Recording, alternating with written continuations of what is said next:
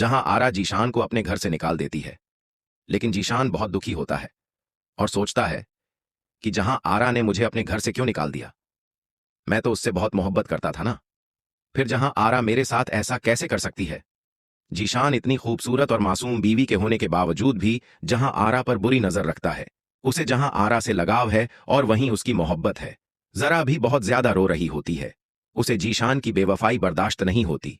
जहां आरा अपने घर से जीशान को तो निकाल देती है, लेकिन उसे यह मालूम नहीं होता कि उसके घर में कोई और नए किराएदार आने वाले हैं।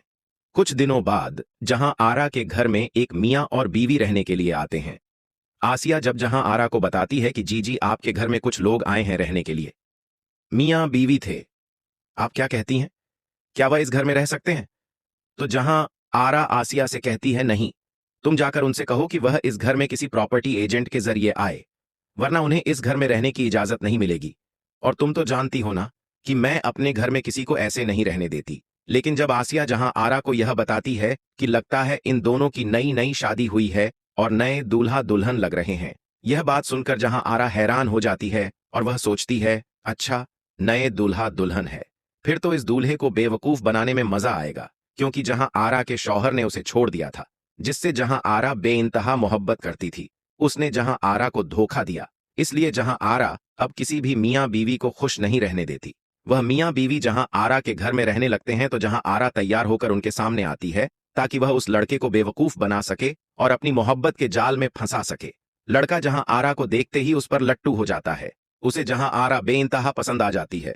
तभी जहां आरा की नौकरानी आसिया जहां आरा के पास आती है और उसे कहती है, जी, मुझे इस लड़के की हरकतें ठीक नहीं लग रही, ये शायद आपके बारे में नहीं जानता। ये बात सुनकर जहां आरा मुस्कुरा देती है और अपनी नौकरानी से कहती है, शायद इसे मालूम नहीं है, यह अभी यहां नया आया है ना, जान जाएगा सब कुछ, तुम फिक्र मत करो।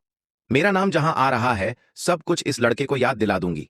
जहां आरा अब जीशान को अपने घर से निकाल चुकी है और बहुत जल्द इस नए लड़के और लड़की को भी अपने घर से निकालने वाली है।